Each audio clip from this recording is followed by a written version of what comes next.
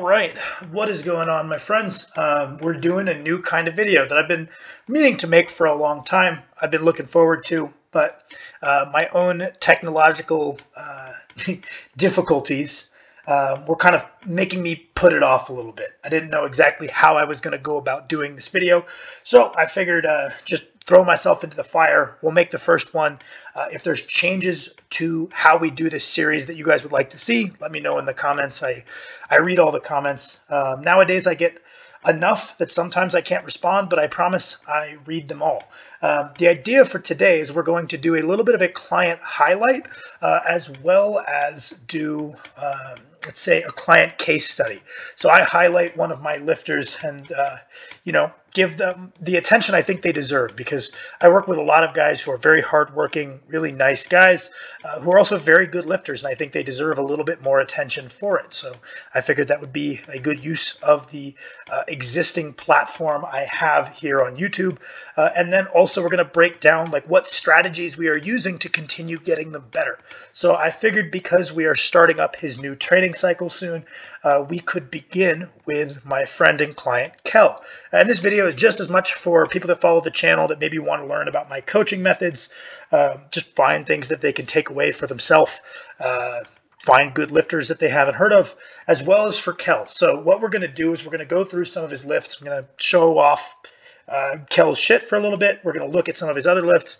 We're going to break down his technique, maybe some things he does well, maybe some things he needs to work on, kind of mention some considerations that I know for his training, and then we're going to tab over and we are going to look at Kel's spreadsheet for this coming training cycle and look at the strategies we are currently finding success with in our efforts to get stronger. So Kel is a very good lifter. You can see here his PRs are 451 on the squat. He did not update this yet, but I believe he hit 380 the other day on the bench press and a 567 deadlift done in competition. Both the squat and the deadlift here are both competition lifts. The bench is a gym lift. And I think the part that makes all of this far more impressive is Kel only weighs 150 pounds and he's only 21 years old. So here we can see his most recent meet. Let me use my computer for you real quick. Oh shit. And you can see that his 150 body weight equates to a 479 dots, which I know some of the people on YouTube aren't big on formulas. I tend to like dots. I think it's a well-calibrated formula. It's just an adjusted form of Wilks. Basically what happened was because standards of extremely light and extremely heavy lifters rose disproportionately. Since when Wilks was made and the data set that they used, it was giving an advantage to exceptionally light and exceptionally heavy lifters. DOTS is more or less just the updated version of Wilks to try to even that out a little bit. I think it's a very good way of comparing lifters between weight classes. Frankly, I think it's pretty solid, and a 479 DOTS is goddamn good. This is Kel's first meet, so I should mention that. I've known Kel for a million years now, and for the longest time he was just an upper body bro that I was trying to get to start training his squat, because he was so goddamn strong. When he weighed like 130 pounds, when he was like 16, he was already benching like 275, and I was like, man, there's something here. You really need to start training the other half of the body. And I finally got him to do so. He's become a damn good lifter. So here is his 567 deadlift. Definitely a bit more in the tank here. All around very good. Here we have his squat. Again, more in the tank here. We're going to look to cash in those free PRs this coming training cycle with some gym lifts. Competing stresses the shit out of Kel. He really wants to give a good account of himself, and he's very much kind of cut from the same cloth I do. He just likes training. Competition is something he can do to like show off what he's done, but the real reason he trains is because he loves training. Much the same as me, Kel definitely has a real propensity towards overdoing it. A lot of my job as his coach is to kind of rein it in. So here we can see the bench of 342 pounds. That was the only lift on the day that didn't go well, just kind of overshot the start a little bit. Not too surprising, given a lot of the time a little bit that's hardest to find consistency on the platform with is the bench press. I think you could do very sub-maximal preparation, show up and hit an all-time PR on the squat, show up and hit an all-time PR on the platform on the deadlift, but the bench, just due to variability and there's one lift that I usually like to have my lifters go a little heavier in training and then try to just perform within their capabilities on the day. That was our approach with Kel. Ended up being a little bit of a miss on our attempt selection, but it's a first there. So now we're going to get into looking at some of his training videos and breaking down his technique. I think the logical one to start with, let me see if I can find a good squat to start with. Now, Kel's squat, I think, is actually quite interesting. I'm sure you've noticed Kel is extremely jacked. So jacked that I definitely think many people would be surprised to learn he's natty. He is 5'2", which is kind of the information I have to provide for people to believe he's natty, because the dude is extremely diesel, as you can see. But he also trains like a literal maniac, trains arms every day, whether I want him to or not. And it's just, ever since I've known him, even when he was like 15 years old, he has been extremely jacked. But I think it's important to mention that 5'2" caveat, because I'm not sure if I've ever seen someone that looks like this natty who's like, let's say 5'10".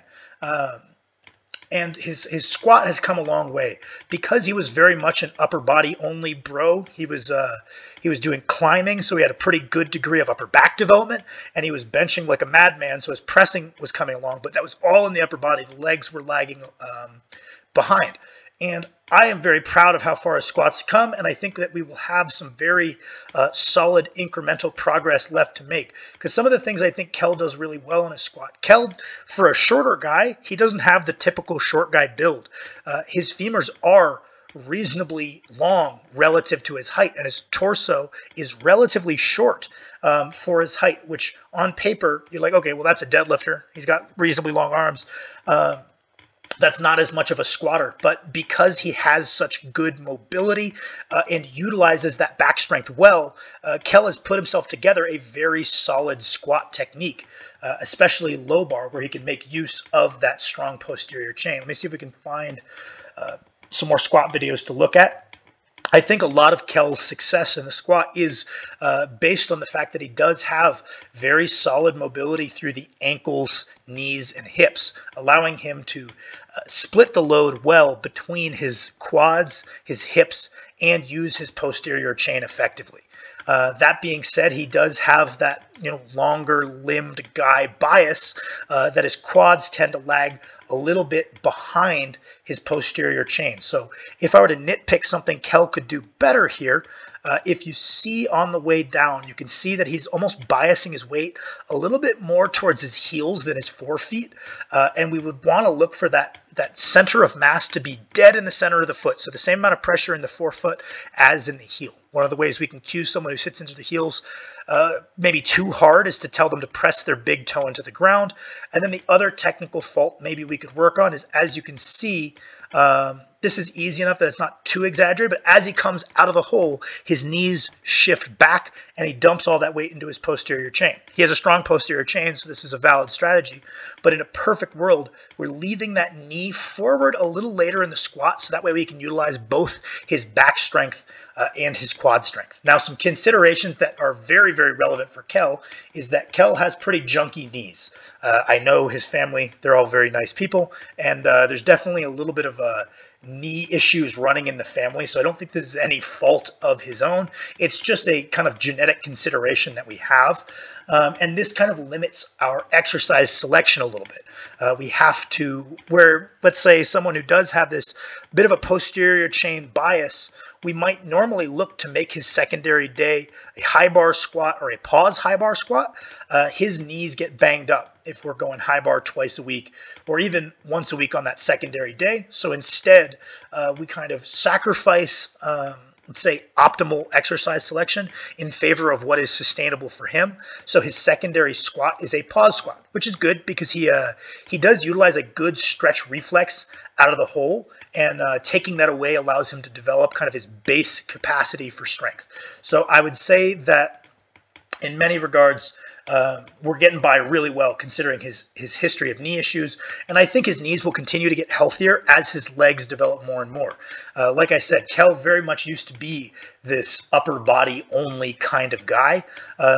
And I think that was part of the reason his knee hurt, was because the muscles surrounding his knee were underdeveloped. He had the upper body of a Greek god and then the lower body of just like an average like athlete, I would say. Not small by any means, but it wasn't like as developed as his upper body. And as he is bulked up from about 130 to 150, a lot of that weight has gone around his legs. And I think that has allowed us to make his knees a little bit more resilient, and he does intend to continue coming up in weight.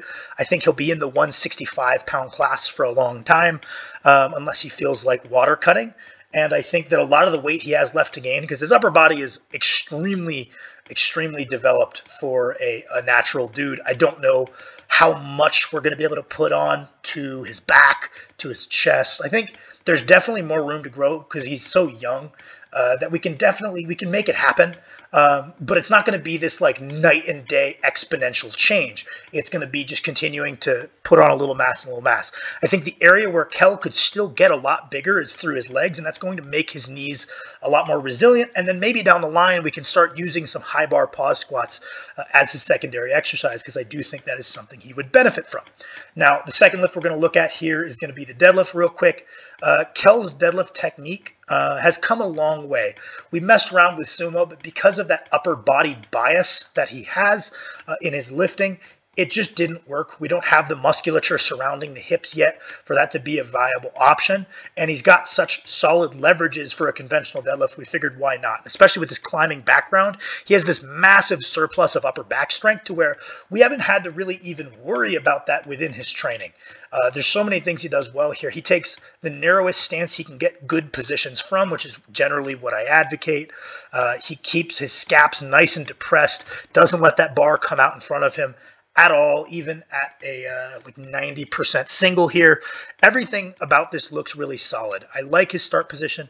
I wish I could just pause this. Oh, I can. Never mind.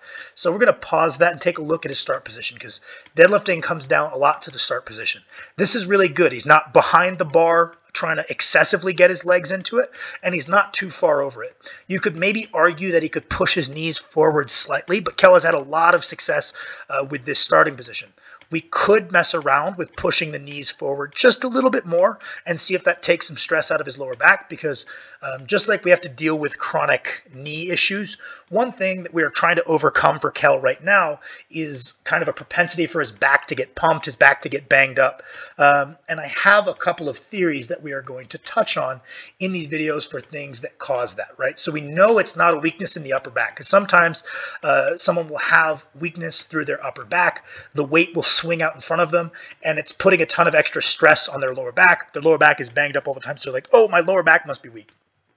Well, no, if that weight wasn't swinging 2 inches out in front of you, your lower back would be just fine. It doesn't need to be that much stronger. In this case, we know that's not the problem.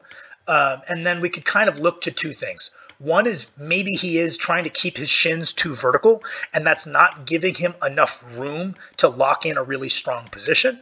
And more likely, what I think is going on is the fact that Kell doesn't yet have the bracing mechanics mastered. I think that if in this bottom position he took in a big belly breath of air, he expanded into his belt in 360 degrees, kind of breathing backwards into the spine, trying to breathe into the obliques, into the sides of the belt, and then also pushing forward, as we all know, while also tensing through the core as if we were going to take a punch. I think that would make it so that he doesn't have to have as strong of a low back. I think Kell's low back gets pumped up and sore for two primary reasons. One of them we're about to get to, which is that he has a fairly large arch on his bench press, which can lead to some lower back fatigue. But the other thing that I think leads to his back being messed up is the fact that it's so goddamn strong, he wants to do a lot of the work with it. Yeah, these are good, man. You can see how good of a job he does keeping it in close. I think that if he had better breathing and bracing mechanics, he wouldn't have to use his low back so much. He could effectively transfer force through that midsection without using it as a primary mover, especially because he has that forward lean squat where we know that he's got the strength in the glutes to effectively deadlift. We know he has that effective upper back strength. I think that right now, the transfer through that middle range is using his strong ass lower back rather than kind of the Coke can analogy of if we took a can, we didn't open it and we shook it up, we could put 1 billion plates on that can and it will not break, right? Because it's pressurized evenly in all directions. Right now, I think he's using his extremely strong lower back to kind of transfer that force rather than making it a pressurized canister. So that was something he could maybe work on. But Kel's a very good deadlifter. I think our road to 600 will not be long. Especially because he's committed to continuing to move up and fill out the 165 class.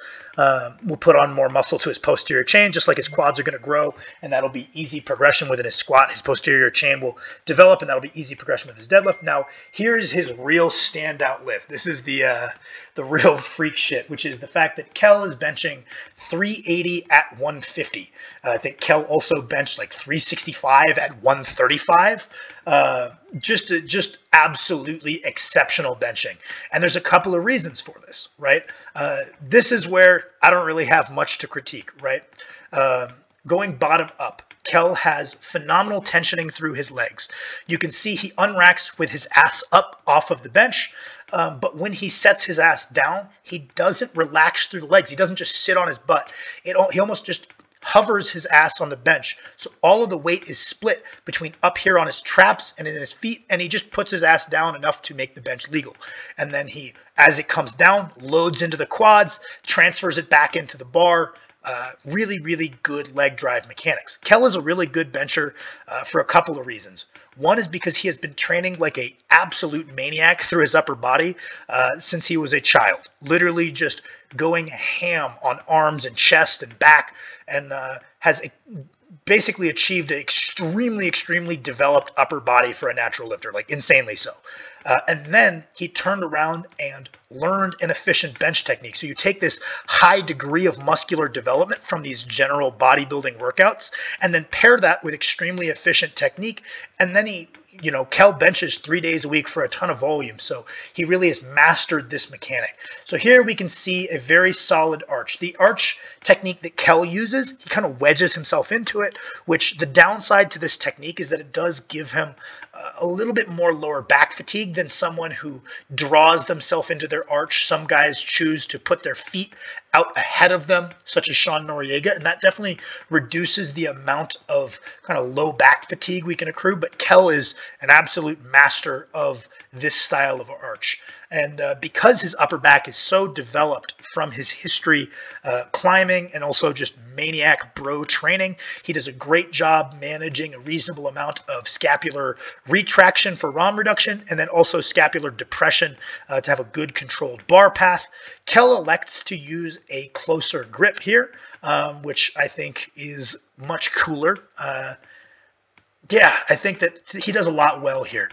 Now, if we were to I don't know if we can find technical faults here. I think the biggest thing is not a technical mistake. It's more of a strength issue. Sometimes Kel struggles to drive that bar back to a position where he can finish the lift. He gets good power off of his chest because he's got a big chest.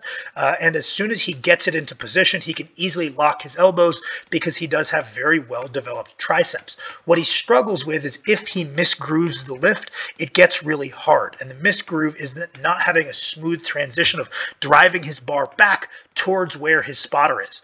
And I don't think this is an issue on Kel's technique. I think that this is a byproduct of Kel's shoulders being a little bit behind. If we were to look at Kel, he's got a huge chest, he's got huge arms, and maybe his delts are lagging slightly behind. So that is something that I think is more of a strength issue than anything else. And that's going to be something we're focusing on developing this coming training cycle, building up that strength in the deltoids to where he can drive that bar back.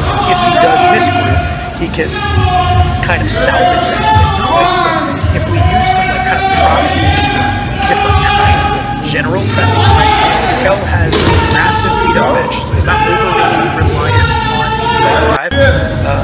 Kel has a very, very, very strong weight dip, so we know that he's got that surplus of tricep strength. He does a lot of chest strength. Most of our metrics for power off the chest is above level, but I would say for a 380 80-pound bencher, he doesn't have a strong overhead press. So that is kind of a general lift that we are going to look to develop. And because he does have extremely technically proficient, very technically proficient bench, we should see some carryover if we can put a lot of mass around his shoulder girdle.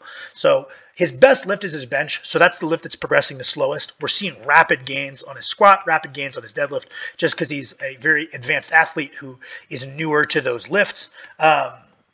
They're flying, right? The bench, we've just been cracking away. I think I started working with Kel with like a 265 bench, and we're up to 380, but it's not been at the rate of progression he wants. Part of that is because Kel is a madman and sees no reason he should not be benching 405 at 150 natty.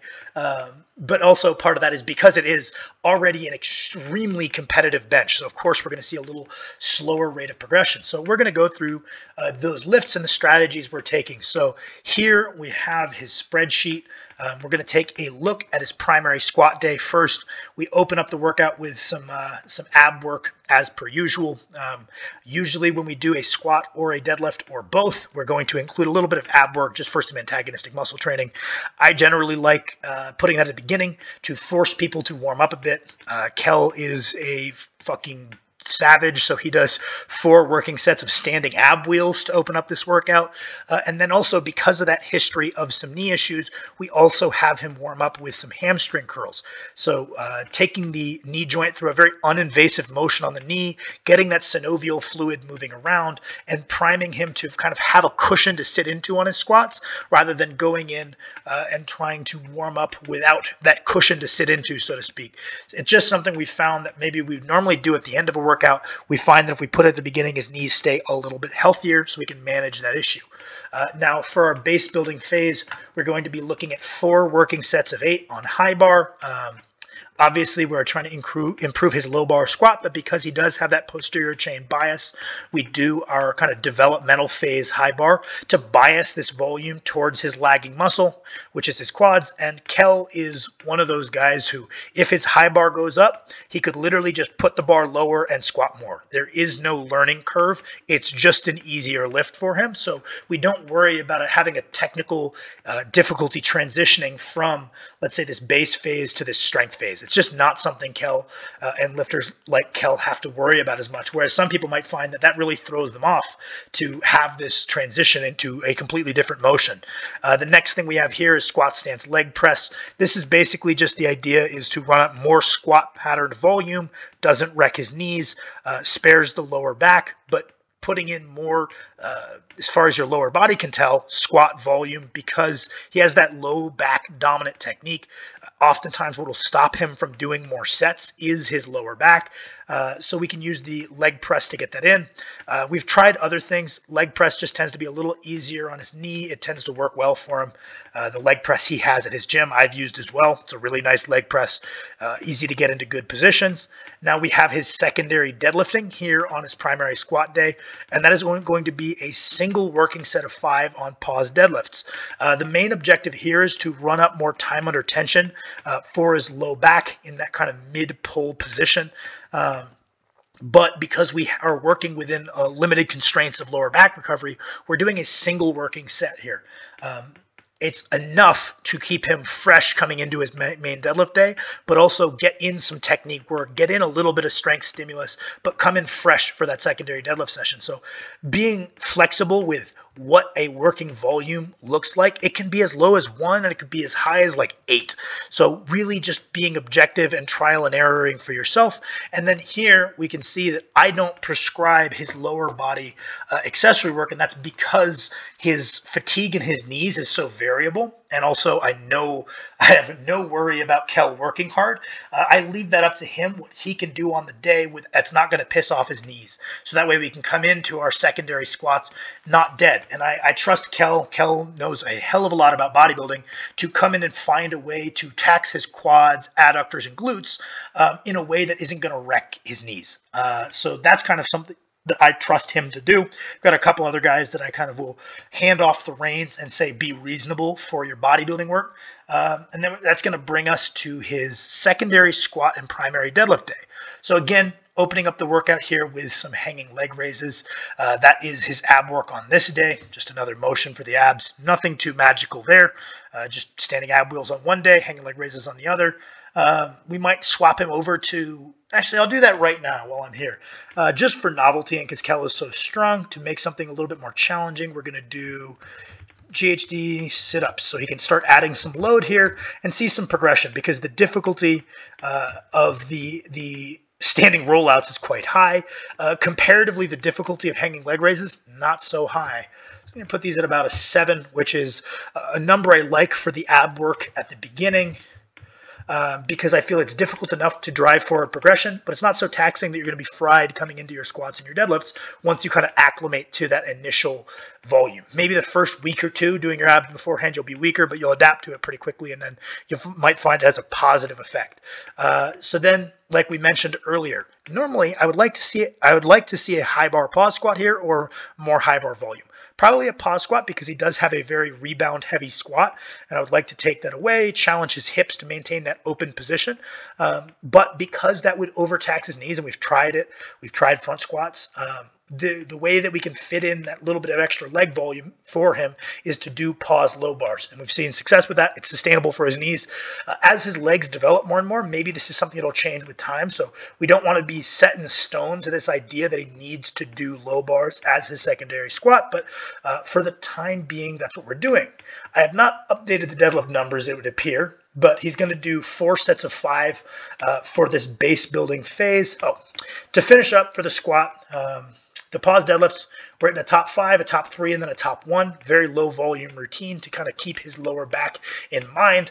He seems to handle higher intensities, lower volumes for the lower back better than he handles volume. So we kind of skew it on a lower volume side, and then use things like hamstring curls to fill in that posterior chain volume that we're missing.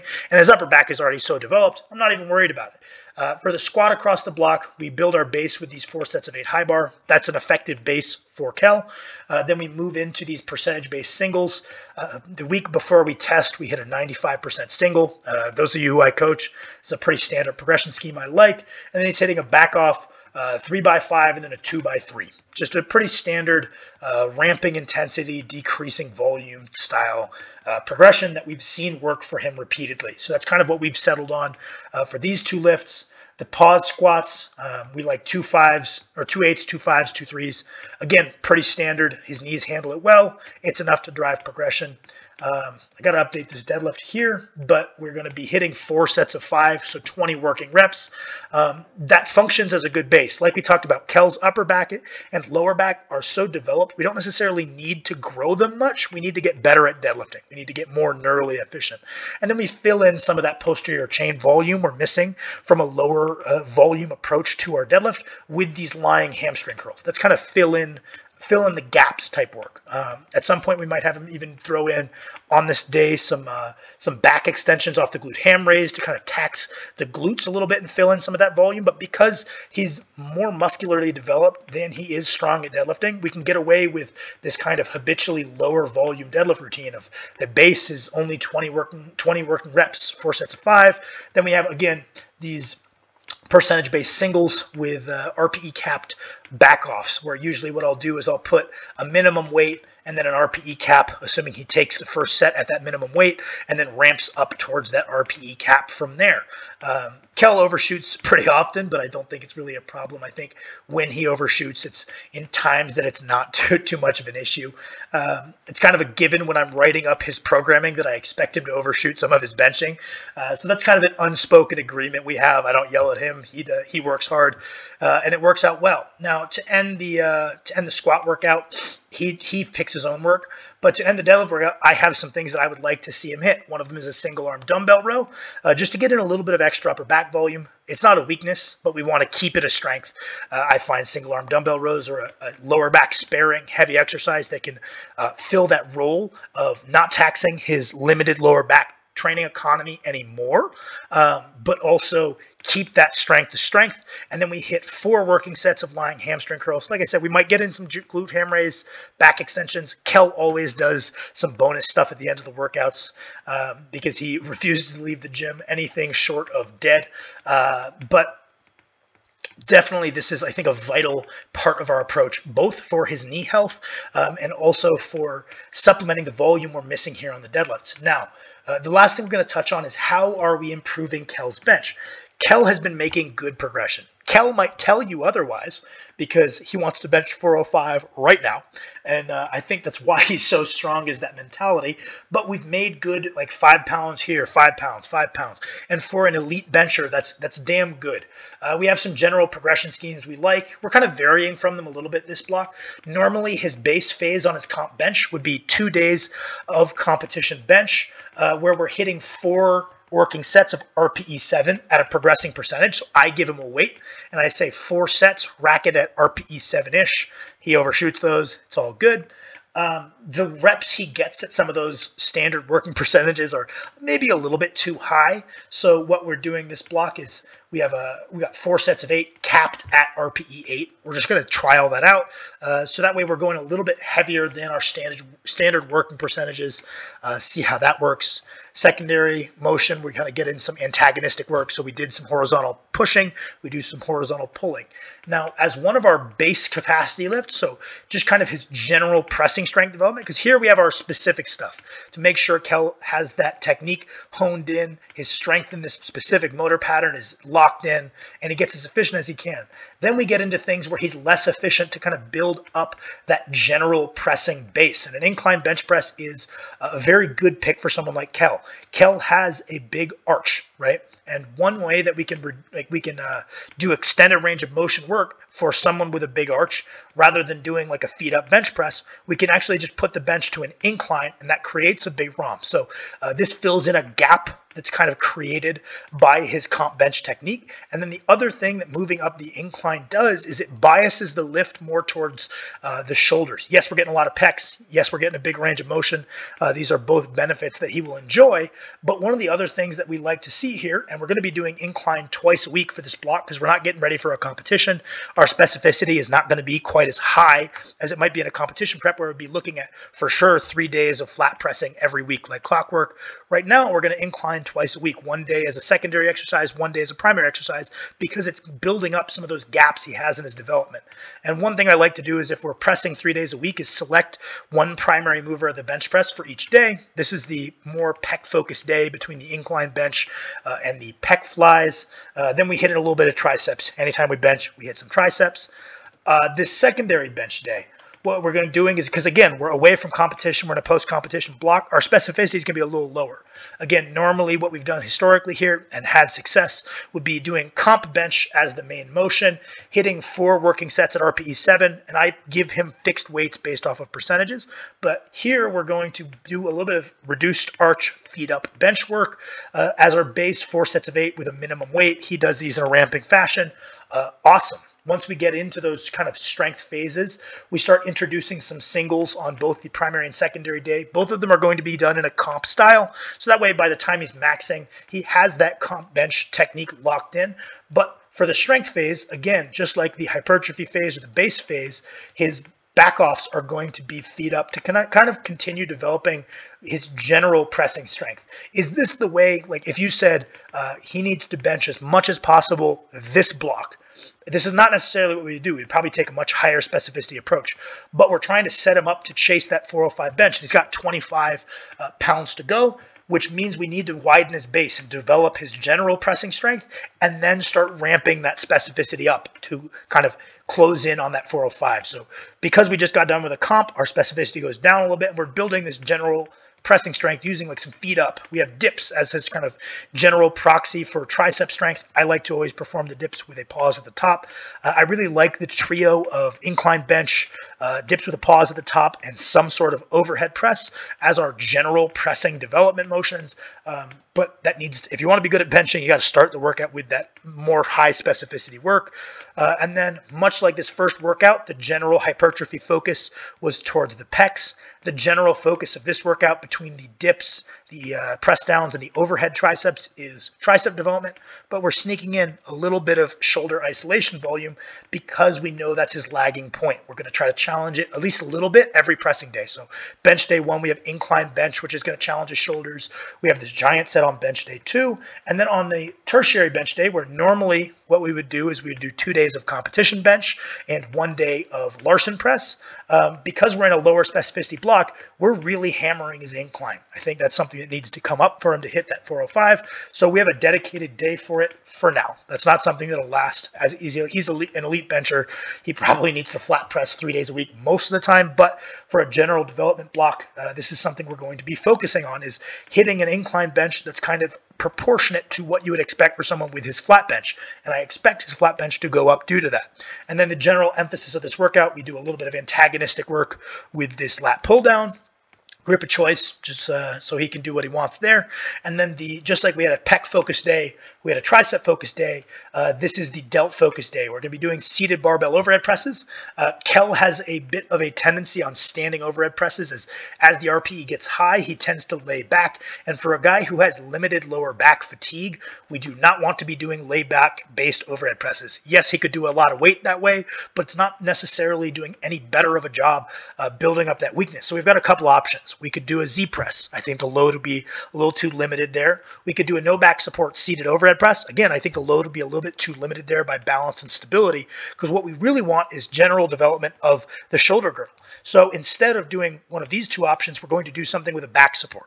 So we came to the conclusion that we were either going to do a seated barbell overhead press or a barbell high incline press. And that is subject to change. If Kel messages me and says, Sam, I fucking hate these seated barbell overhead presses, we'll swap him over to the highest incline where he can still touch his collarbone without hitting himself in the chin and rock with that. But that'll be our vertical press for this block. Again, we're going to be looking for him to hit some numbers that are proportionate to a flat bencher of his level.